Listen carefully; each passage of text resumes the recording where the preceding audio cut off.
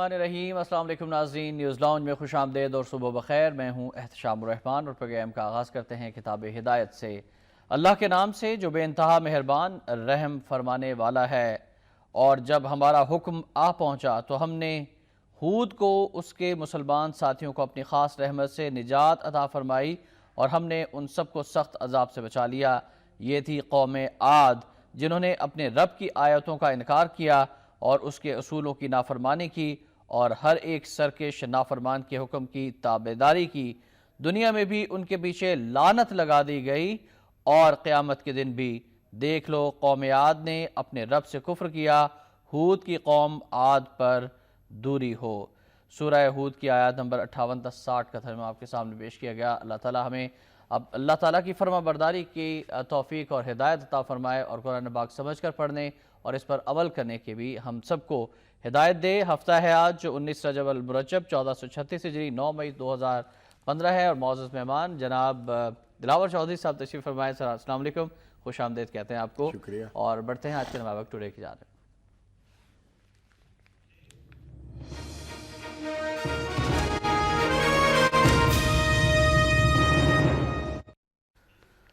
ناظرین، سب سے پہلے ہم گفتگو کریں گے کل ہونے والے ایک سانحے کے حوالے سے۔ انتہائی افسوسناک حادثہ ہوا، گلگت فوجی ہیلی کاپٹر کا حادثہ، فلپائن ناروے کے سفیر ہلاک، مرنے والوں میں 2 pilot, chief technician, Indonesia Malaysia کے سفیروں کی بیگمات بھی شامل ہیں۔ حادثہ تکنیکی خرابی کے باعث ہوا، وزیر دفاع اور ISPR۔ دہشت گردی نہیں ہوئی، سیکرٹری خارجہ۔ وزیر اعظم اطلاع ملتے ہی راستے سے واپس، تقریب ملتوی۔ Indonesia Malaysia Poland Romania Holland لبنان سویڈن جنوبی افریقہ کے سفیر زخمی، آج سوگ کا اعلان۔ MI-17 ہیلی کاپٹر غیر ملکیوں کو وادی نلتر لے جا رہا تھا، آرمی پبلک اسکول کی عمارت پر گر گیا، تحقیقاتی بورڈ بھی قائم کر دیا گیا ہے۔ ایئر چیف کا دورہ، انڈونیشین سفیر کی حالت نازک ہے۔ نواز شریف ٹارگٹ تھے، طالبان کا دعویٰ۔ 29 ملکوں کے سفیر چیئر لفٹ کے افتتاح کے لیے پہنچے تھے۔ وزیر اعظم کا ناروے فلپائن کے ہم منصبوں کو فون، آرمی چیف سیاستدانوں کا بھی اظہار افسوس۔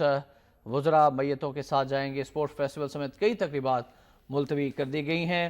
اور اس سانحے کے حوالے سے ہم بات کریں گے دلاور چودھری صاحب سے۔ دلاور صاحب، یہ سانحہ ہوا، حادثہ پیش آیا تکنیکی خرابی کے باعث، انتہائی قیمتی جانیں ضائع ہوئی ہیں اور ضیاء الحق صاحب کے طیارے کو جو حادثہ پیش آیا تھا اس میں امریکی سفیر ہلاک ہوئے، تو اس کے بعد پاکستان کی تاریخ کا یہ ایک بڑا حادثہ ہے۔ جی بالکل، بہت بڑا اور بہت ہی افسوسناک واقعہ ہوا ہے اور اس سے بہت زیادہ قیمتی جانیں اور معزز مہمان جو ہمارے ہیں ان کو مطلب جو صورتحال پیش آئی یقیناً بہت افسوسناک ہے۔ اور اسی حوالے سے آج ایک روزہ سوگ کا اعلان بھی کیا گیا ملک بھر میں، اور اس کے علاوہ یہ بھی آپ کے علم میں ہے کہ ان کو جو ہے باقی جو کچھ انڈونیشیا کے جیسے سفیر ہیں ان کی حالت نازک ہے، ان کے لیے ہم دعا گو ہیں سب کہ اللہ تعالیٰ انہیں صحت کاملہ عطا فرمائے۔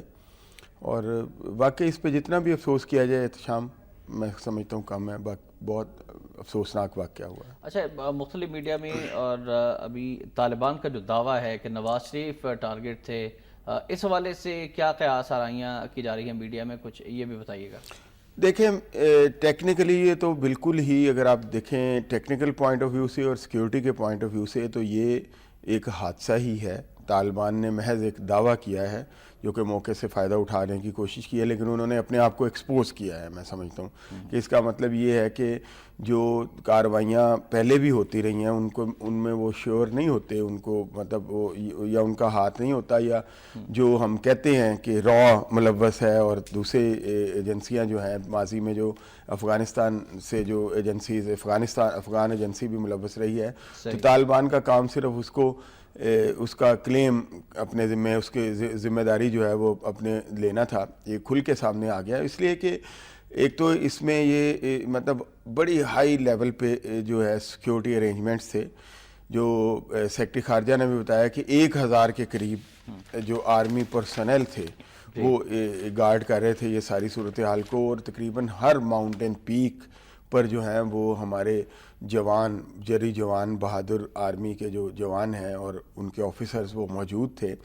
اور پھر جیسا کہ طالبان نے کہا کہ جی ہم نے اس کو گرایا ہے، تو اس کی کوئی دیکھیں سالڈ ٹیکنیکل ریزنز ہوتی ہیں، کوئی وہاں سے ایسی چیزیں ملنی چاہیے. اس کا بلیک باکس بھی ملا ہے، اس میں بھی ایسی کوئی بات نہیں ہے. وائس ریکارڈر بھی مل گیا ہے، اور نہ ہی ایسی کوئی علامات نظر آئی ہیں کہ کسی راکٹ اٹیک کے نتیجے میں یا کوئی چھوٹے موٹے میزل کے نتیجے میں اس کو گرایا گیا. یہی دو چیزیں ہو سکتی ہیں نا، یا خدا نخواستہ کوئی اندر کوئی بام پلانٹ کیا ہوا تھا اور وہ بام پھٹا ہے. ایسی کوئی صورتحال نظر نہیں آئی، یعنی دہشت گردی کی کوئی بھی فارم جو ہے وہ ہمیں اس میں نظر نہیں آئی. اور بالکل یہ حادثہ ہے، اور طالبان نے اس کو اپنے آپ کو ایکسپوز ہی کیا ہے کہ اس کا مطلب یہ ہے کہ وہ بہت ساری کام جو ہے وہ پریکٹیکلی وہ نہیں کرتے، لیکن ان کا کام ہے کہ اس کو بعد میں کہنا کہ یہ ہم نے کیا ہے. معزز مہمانوں کے ساتھ ساتھ پاک فوج کے 2 افسر میجر التمش، میجر فیصل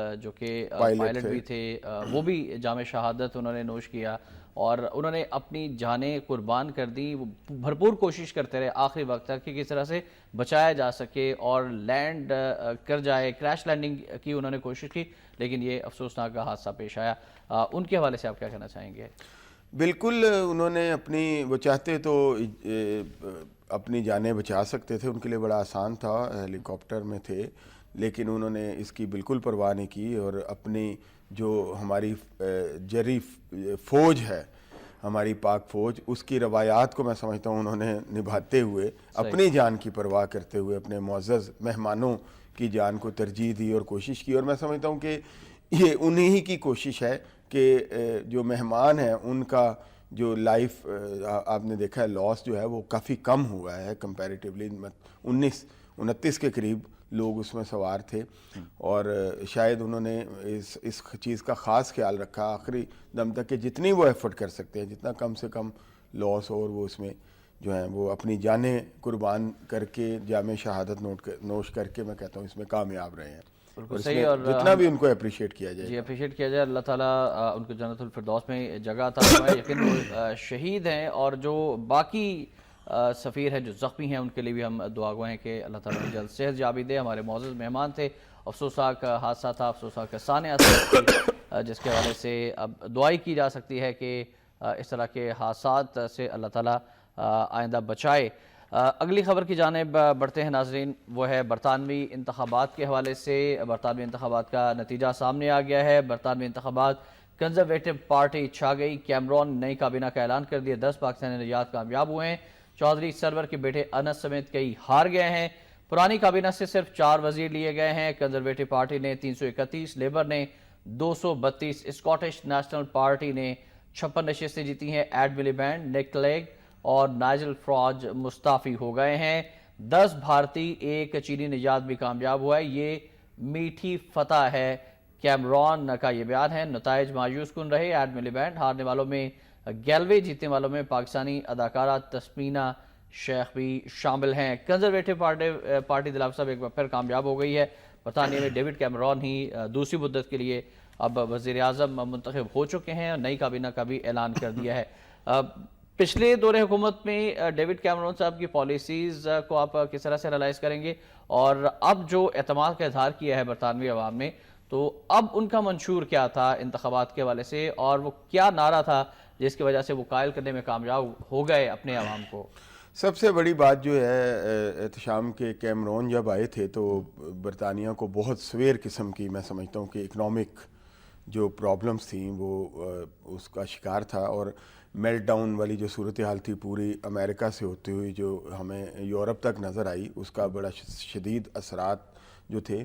انہوں نے بڑی اچھی اکنامک پالیسیز دی ہیں، اور اس کے علاوہ جو برطانیہ کو 2 ہونے سے بچا لیا ہے.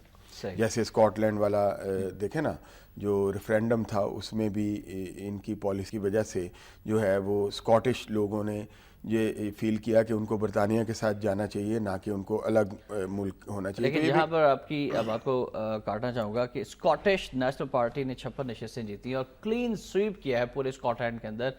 یہ بھی تو ان کا ایک فیصلہ سامنے آ گیا ہے. جی بالکل، یہ بھی ہے ایک طرح سے. اصل میں ایک میں یہ کہہ رہا ہوں کہ جو اوورآل برطانیہ کی بات ہے کہ ظاہر ہے جو برٹش لوگ ہیں وہ اس پہ بہت زیادہ خوش ہیں کہ یہ اس گورنمنٹ کی پالیسیز کی وجہ سے بھی کچھ تھوڑا سا جو ہے وہ اسکاٹ لینڈ برطانیہ جو ہے وہ دو ملک ہوتے ہوتے رہ گیا. تو اوور آل جو میجورٹی ہے اس نے اس اعتبار سے بھی ان کو کیا ہے. ہاں اسکاٹ لینڈ میں ایک چینج آئی ہے جس نے لیبر پارٹی کو بہت زیادہ نقصان پہنچایا ہے اس حوالے سے کہ وہاں پہ جو اسکاٹش نیشنل پارٹی ہے اس نے بہت زیادہ ایک بڑی جس کو کہنا چاہیے کہ سوچنے تھاٹ پرووکنگ وکٹری لی ہے, جو کہ یوں محسوس ہوتا ہے جیسے وہ یہ سوچتے ہیں کہ شاید انہوں نے ریفرینڈم میں کچھ غلط کیا. نہیں, ایسا بھی ہو سکتا ہے اور ایسا نہیں بھی ہو سکتا. وہ یہ بھی سوچ سکتے ہیں کہ ہم رہیں گے تو یہ جو الیکشن ریزلٹس ہیں اس کو یوں بھی لیا جا سکتا ہے کہ اسکاٹش یہ سوچ رہے ہیں کہ ہم رہیں گے تو برطانیہ کے ساتھ, لیکن اس کے ساتھ ساتھ اپنی ایک آواز بھی جو ہے اس کو بھی بھرپور انداز میں جو ہے وہ اٹھاتے رہیں گے. جی ہاں, دارالعوام میں یہ نہیں ہے. یہ اس حوالے سے جو برطانیہ کی جو نیشنل لیول کی پارٹیز ہیں, لیبر پارٹیز اور خود کنزرویٹو پارٹی جو ہے, ان کو بھی سوچنا پڑے گا کہ آگے جا کے اس کو کیسے مائلڈ کرنا ہے, ورنہ یہ آگے جا کے بہرحال ایک بریک کے لیے جانے دلاؤ صاحب. ناظرین سے واپس آتے ہیں تو گفتگو کو آگے بڑھائیں گے. ہمارے ساتھ رہیے گا.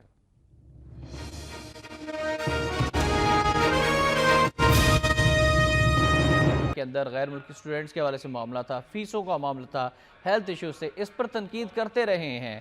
اور ان کا یہ کہنا تھا کہ جو ڈیوڈ کیمرون کی پالیسیز تھیں ان کی وجہ سے نہ صرف غیر ملکی اسٹوڈنٹس کم ہوئے بلکہ یونیورسٹیز میں رجحان بھی کم ہوا. برطانیہ میں لوگوں کا آنا بند ہو گیا, لوگ چھوڑ کے جانا شروع ہو گئے.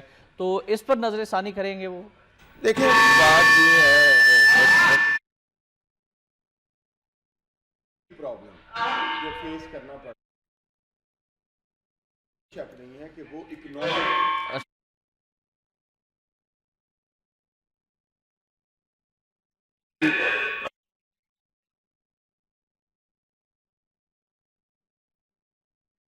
اب بریک لیں گے. بریک سے واپس آتے ہیں تو گفتگو کو یہیں سے آگے بڑھائیں گے.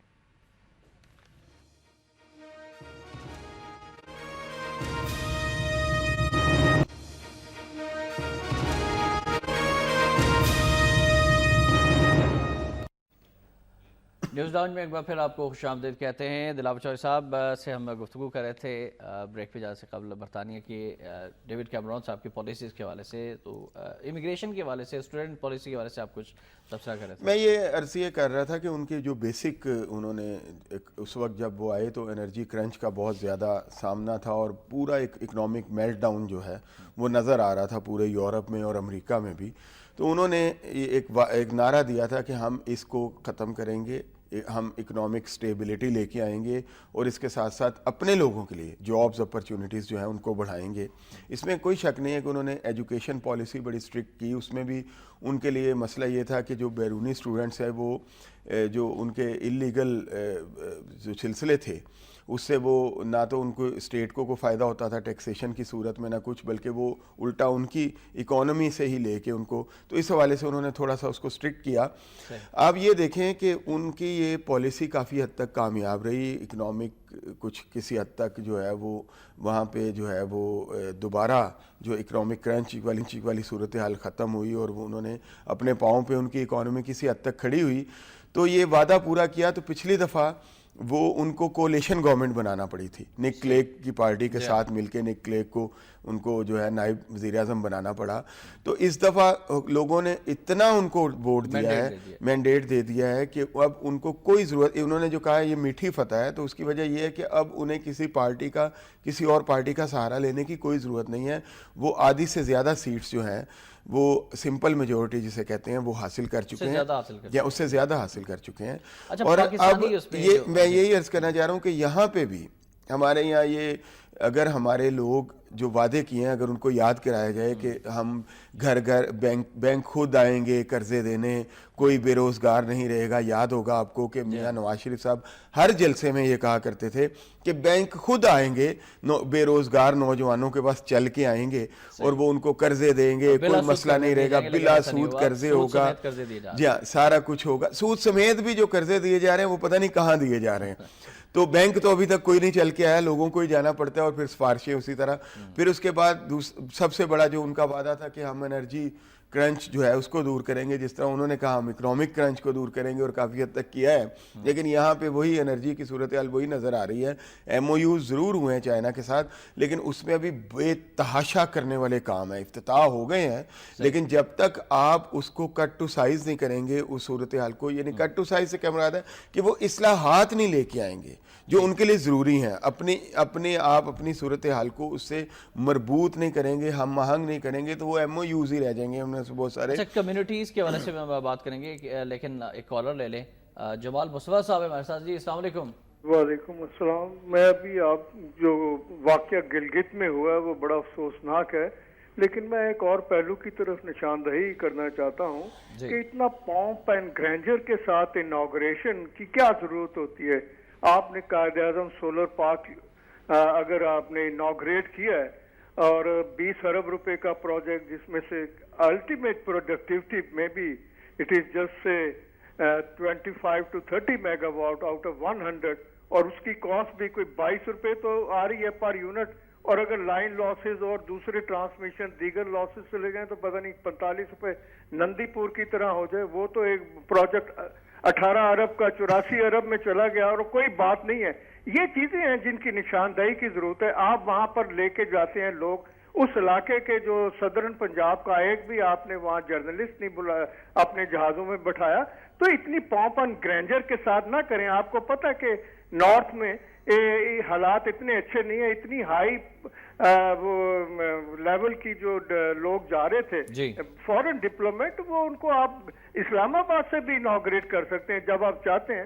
تو یہ میرے خیال میں یہ پومپ اینڈ گرینڈر۔ دوسری بات بڑی امپورٹنٹ کرنا چاہتا ہوں، مجھے سمجھ نہیں آتی کہ زرداری صاحب پرسوں ملے افغانستان کے پریزیڈنٹ سے، عبداللہ سے، ڈاکٹر، مجھے بتائیے کہ کیا ان کو فورن آفس کی طرف سے کوئی اس طرح کی بریفنگ کی گئی تھی؟ ان کا کیا آبجیکٹو تھا؟ جب یہ امریکہ میں جو بائیڈن سے مل کے آئے تھے تو پاکستان میں سیاست جو ہے وہ تباہ کاری کی طرف چلی گئی۔ انفارچونیٹلی وہ کانسیڈنٹلی تھوڑے دنوں بعد پشاور کا اسکول کا واقعہ ہوگا المناک، اس کے ساتھ پاکستان میں ساری سیاست جو ہے اوپر۔ ابھی یہ جو مل کے آئے، اب یہ کل کا جو واقعہ ہے میں اس کو لنک نہیں کر رہا، لیکن یہ کس لیے وہاں گئے تھے؟ یہ جی بہت شکریہ آپ کا۔ ہمارے ساتھ اس وقت ایک اور کالر میں خواجہ انجم بھی۔ السلام علیکم۔ السلام علیکم جی۔ وعلیکم السلام۔ دیکھیں جی میں تو ایک دیہاتی آدمی ہوں، دلاور صاحب ہمارے دانشور ہیں۔ برطانیہ کے جو انتخابات ہوئے ہیں، یقیناً وہاں سینکڑوں لوگ کلیشن کوپ میں لے کر اپنی کامیابی کا جشن منا رہے ہوں گے۔ یقیناً وہاں پر درجنوں لوگ جعلی ڈگریوں والے آئے ہوں گے۔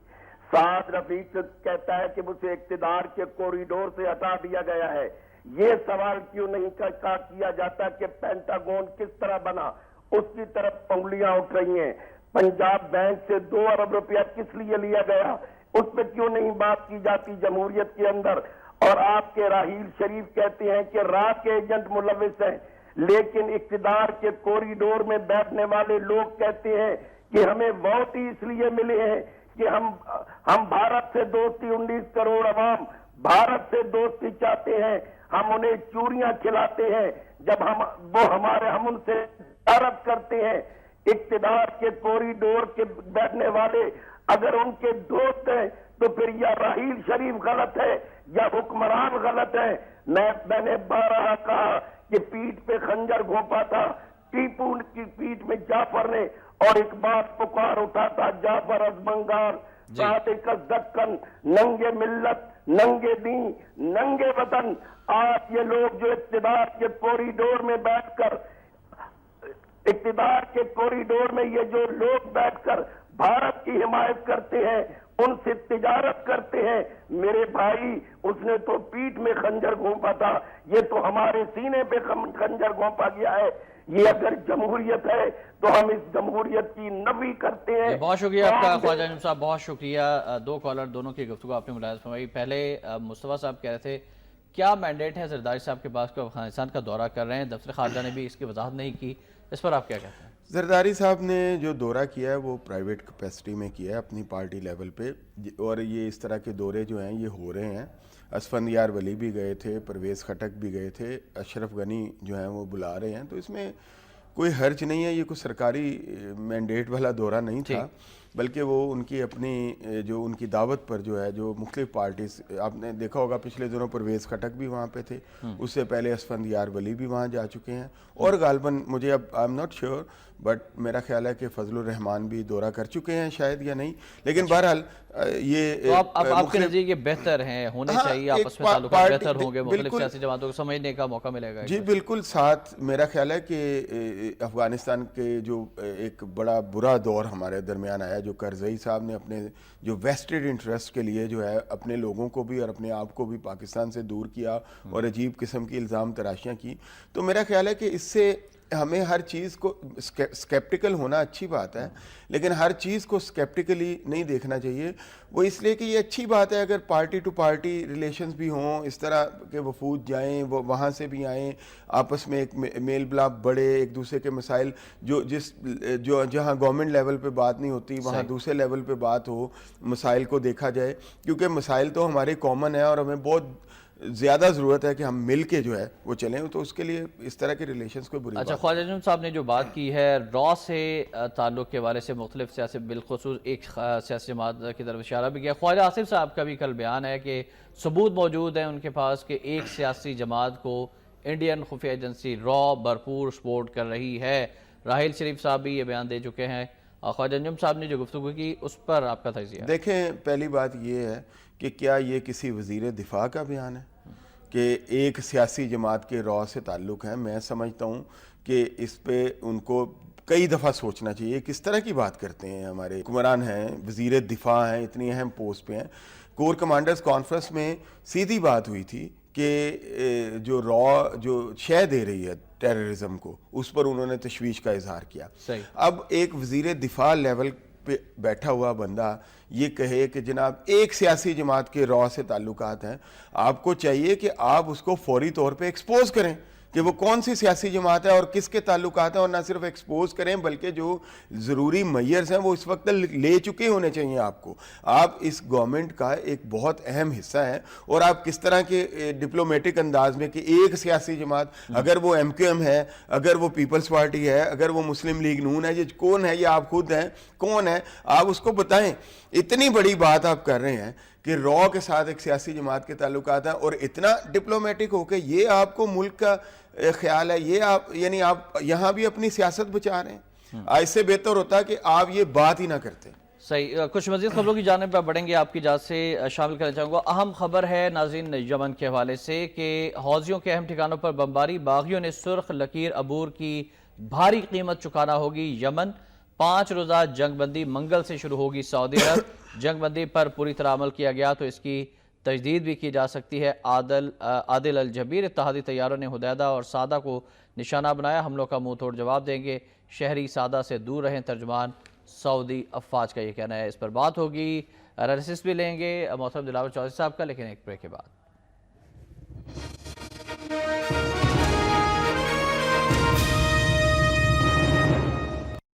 Log on to myteleshop.com.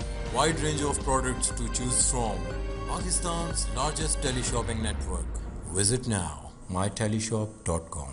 myteleshop.com brings you health and fitness products, beauty and personal care products, weight loss products. Just log on to myteleshop.com. Wide range of products to choose from. Pakistan's largest teleshopping network. Visit now. myteleshop.com.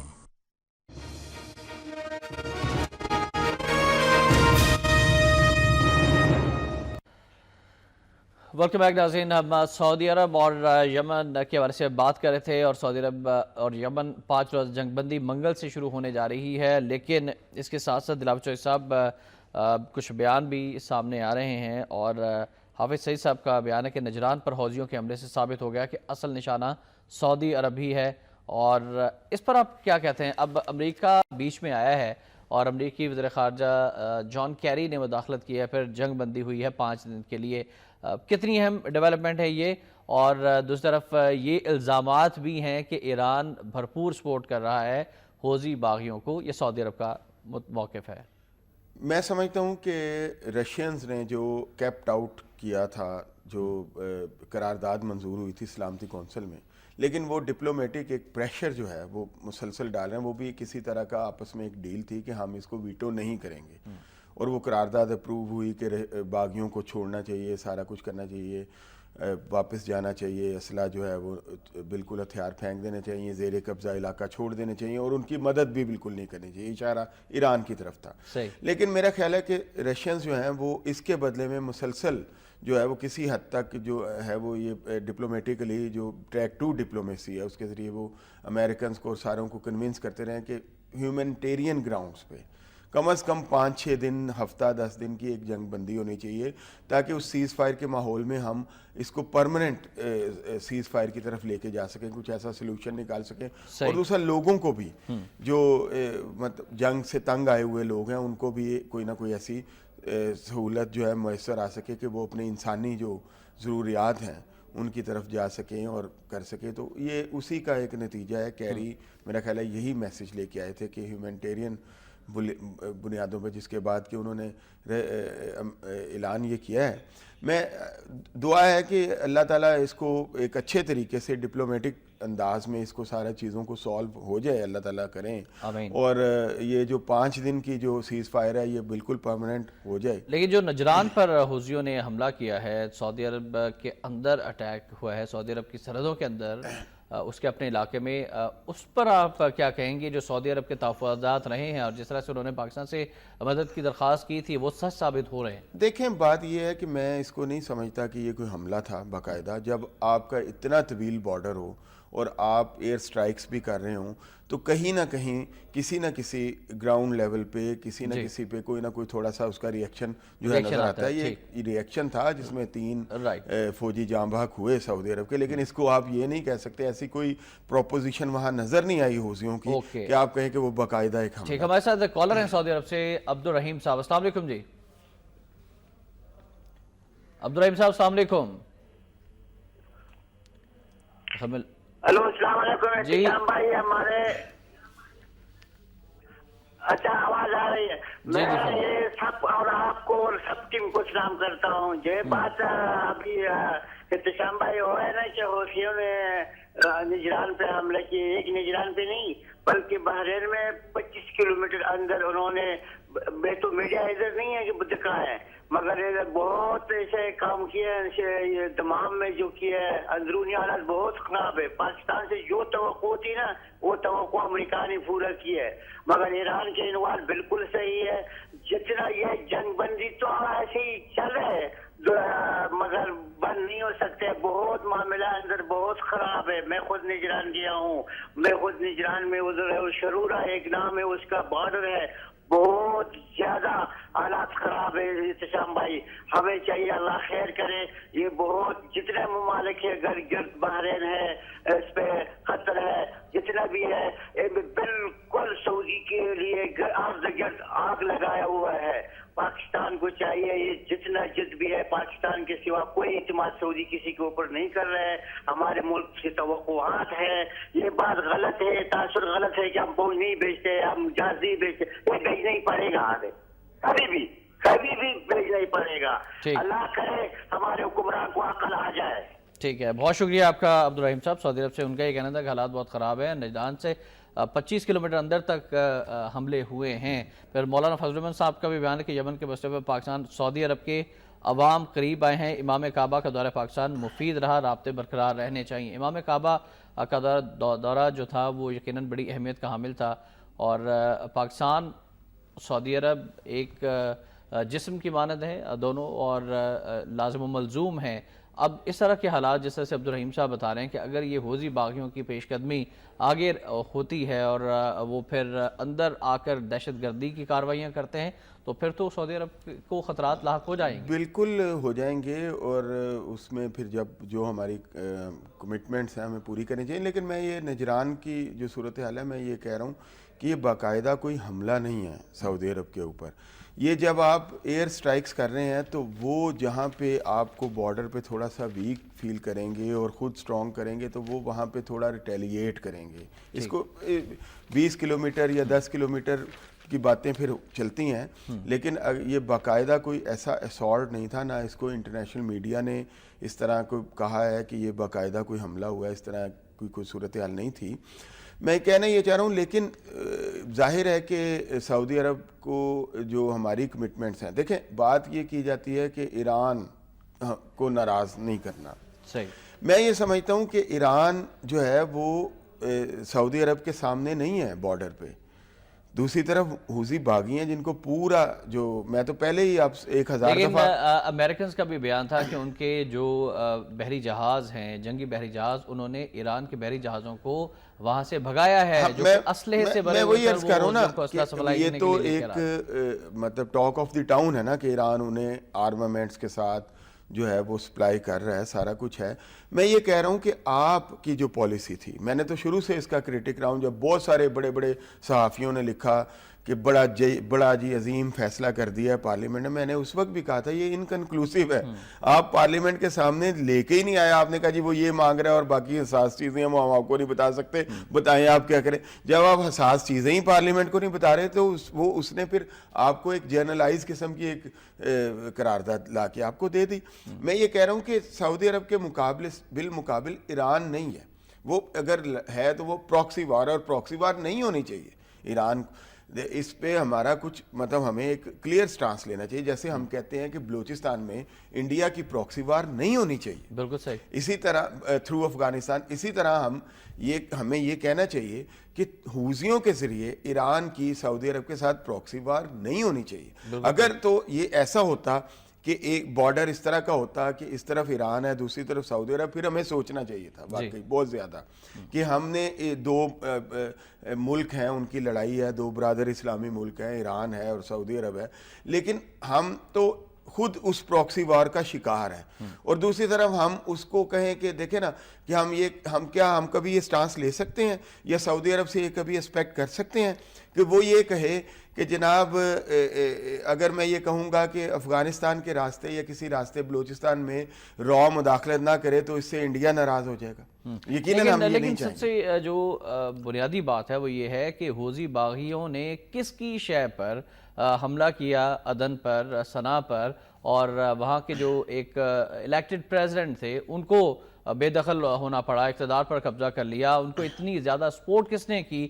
اور آغاز تو پھر اسی طرف سے ہوا ہے نا، سعودی عرب نے تو اس کے بعد اپنے دفاع میں یہ حملہ کیا. میں وہی عرض کر رہا ہوں نا کہ ایک پہلی بات یہ ہے کہ اس کو سمجھنے کی ضرورت ہے نا. پہلی بات یہ ہے کہ حوثی باغی جو تھے بالکل ان کو کہا جاتا ہے جیسا کہ ایران نے سپورٹ کیا. میں وہی تو عرض کر رہا ہوں کہ آپ کو یہ نہیں کہنا چاہیے. دوسرا یہ ہے کہ وہاں پہ جو ان کے جو عبداللہ صالح تھے، ان کی فوج میں سپلٹ ہوئی، ان کی وجہ سے بہت سارے ٹرینڈ آرمی جو ہے اس وقت یمن کی صورتحال یہ ہے کہ صرف یہ نہیں کہ ہادی کے ساتھ یہ آرمی، یہ سارا سپلٹ، یہ بریک اپ کیسے ہوا، وہ بہت زیادہ جو ہے وہ خود صالح کے بیٹے وہاں لڑ رہے ہیں، جرنیل ہیں، اور ان کے ساتھ بہت بڑے فیکشنز جو آرمی کے جو ہیں وہ حوثیوں کے ساتھ مل چکے ہیں. یہ ساری باتیں ہیں.